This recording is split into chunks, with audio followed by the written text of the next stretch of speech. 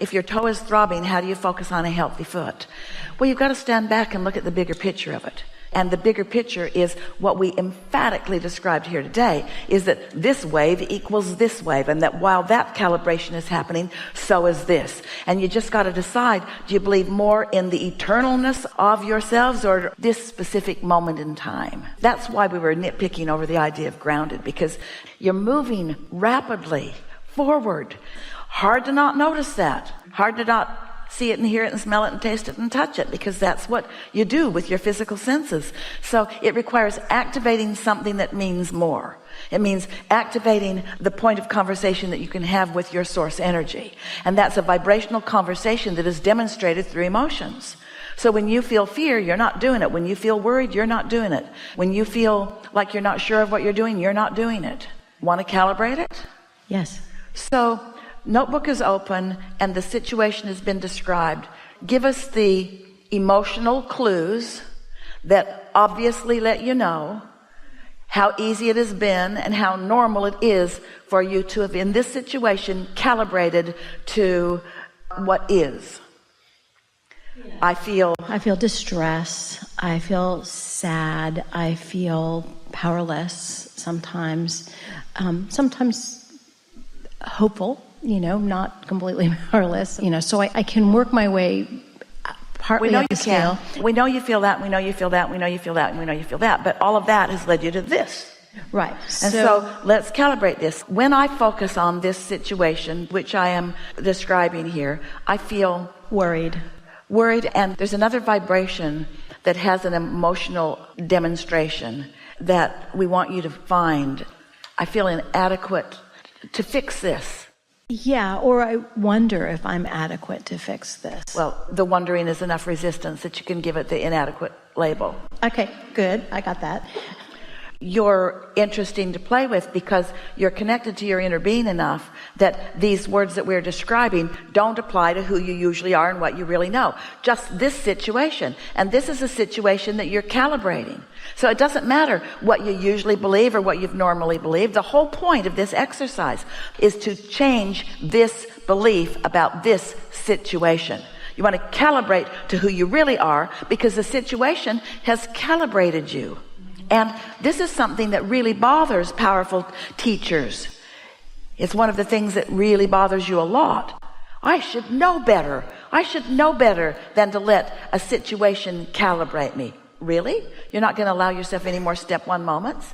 You're not going to let this wave create this wave?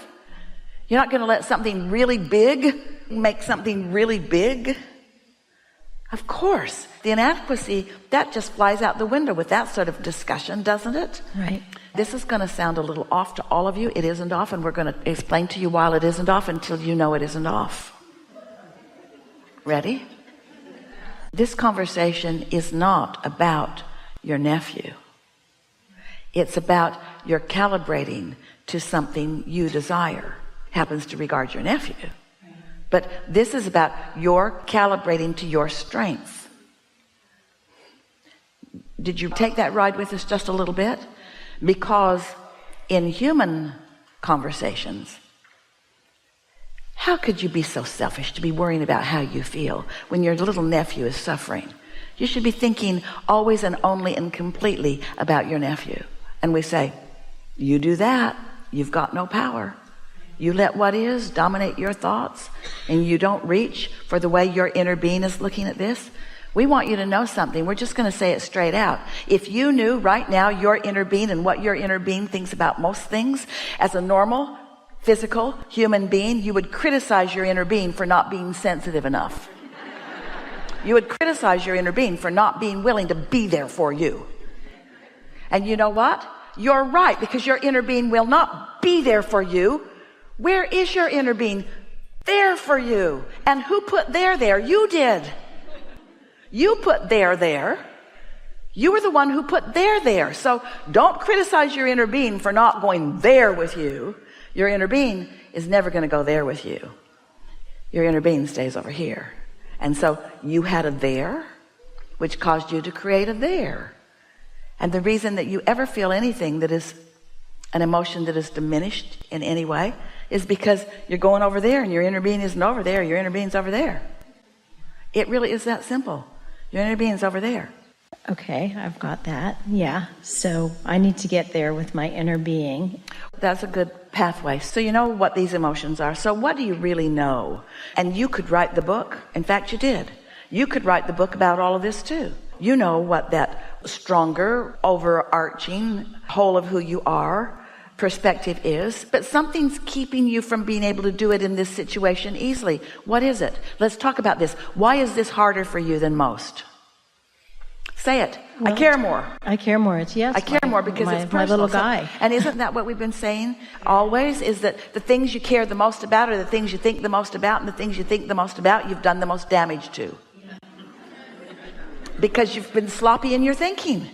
The things you think the most about are the things that you're most in trouble about, because you thought that worrying about them and stewing over them and pouting over them and getting other people to feel your pain, and we're not speaking specifically, you're getting the sense of what we're talking about. We're talking about humans in general. You've been calibrating to mob mentality.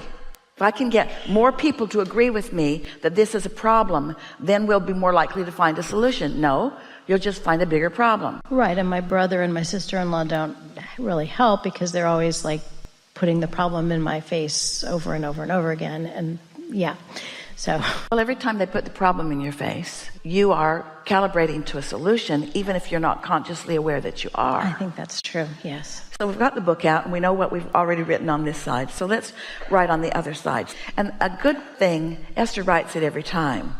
What I dominantly feel about this, who I really am and what I really know is, she just tries to make that strong enough that that gets her attention so that she doesn't forget what she's doing in this moment with this side of the book.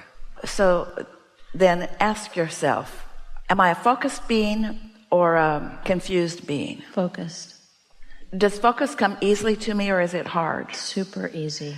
Do I feel rooted in a broader understanding, or like I'm flailing about in unknown? Broader understanding. Do I have strong desire here or weak desire? Strong desire. Does my inner being support me in my desires, or am I out here on the bleeding edge by myself? My inner being supports me in my strong desires. Does my inner being know where these solutions are?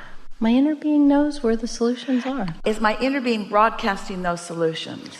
Yes, my inner being is broadcasting them. Do I ever receive impulse or inspiration, or is it just a crapshoot with me? Oh no, I received a huge impulse and inspiration that I've been following. So when you remind yourself who you really are, that the situation that you have easily been calibrating to takes on a different light. And for right now, in this moment, this is way more dominant than this. In fact, the goal in this exercise is to hook you up with who you really are. And have you heard us say that when you are in alignment with source, or in alignment with the stream, or in your vortex, we've used so many different examples to get your attention about the existence of that state of being. When you are tuned in, tapped in, turned on, you are more powerful than millions who are not. And so as you realize that in this simple exercise, you have just reconnected with that true power. And so now that is your point of attraction. That's your point of attraction. What do you think that that kind of point of attraction will do to these old beliefs? I think it's going to... Doesn't it have to move them? Yeah, it does Doesn't have to move it have them. to move them? You can look around the world, and it's easy to believe in illness because there's a lot of illness all around the world. It's easy to believe in illness. But when you hook up with your inner being, you don't believe in illness because your inner being is not focused on illness. So when you've calibrated to that, for that moment in time, you are illness-free. It just doesn't exist in your vibration. And what's making you so mad at yourself is it's where you want to be, it's where you often are, but this situation has made it hard to be, which just means that there are still lingering beliefs. Mm-hmm. We just have to say this to you, to all of you. We love you so much. You know what's coming next. We're sloppy thinkers. We love you so much. You take score too soon. You take score too soon. It's like you calibrate and then you look and see, did it work? Well, you're not calibrating to change that. You're calibrating to assure your vibrational stance. You're calibrating to change your point of attraction. Hear this. This is so big. The whole purpose for calibrating is to change your point of attraction. People who are deliberate creators, you commonly think, I'll get tuned in to this power and then I'll squirt it over there and I'll make that person well. Yeah. I will manipulate the laws of the universe. Now, stay with us. We're right on the brink of something really, really, really important. Esther has to breathe because we're going to yell. There is no such thing as assertion. It does not exist. Assertion does not exist. You don't tune in to assert well-being or to change people and make them not mind your messy kitchen. You tune in to your power. You tune in to your joy. You tune in to your love. But what are you tuning into? Why? What's the whole point of it? Your point of attraction. Your point of attraction. So, is it logical to you that you have a vortex version of your nephew? Yes. And is it logical to you that you have a, grounded version, a what is version? So the whole point of calibrating is to make it easier for you to move this way than to move that way. To make the groove in the road that makes it easier to go that way than that way. Mm-hmm. To come to believe in desire. Do you know, I'm going to make a strong statement, preceded by some silence so we have your attention.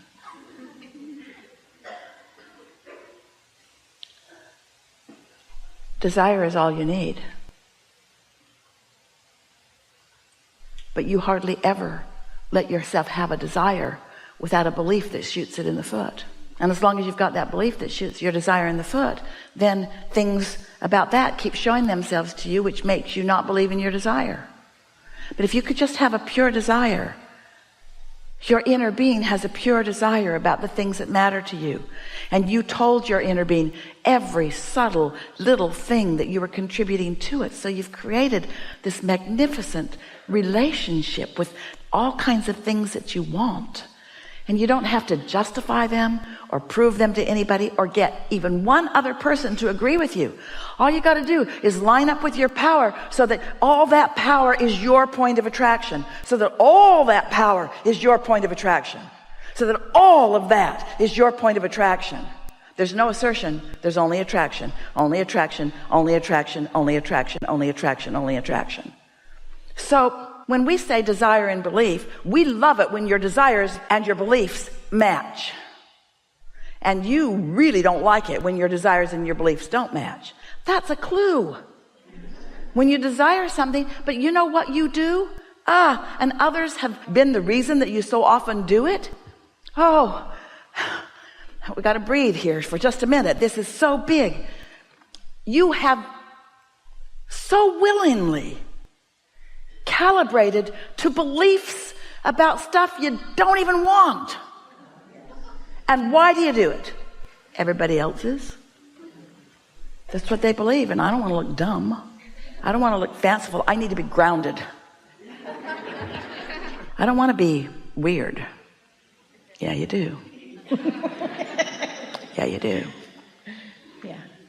You want to find the power of your desire, and you want to hang around there often. And your wonderful guidance system will show you every time you stray a little bit, and now you know what to do about it. And is it a bad thing that you have negative emotion? No, it's guidance. Is it a bad thing that you're living some life that's causing you to make more? No, it's what you came for. You said, I'll go and I'll mix it up and I'll explore, and new desires will be born from what I see. Boom. And then I will calibrate to them. And I will make my former bogus, flawed premise beliefs modify to match my desire. That's what you said. Enough? Thank you so much. That was perfect. Yeah.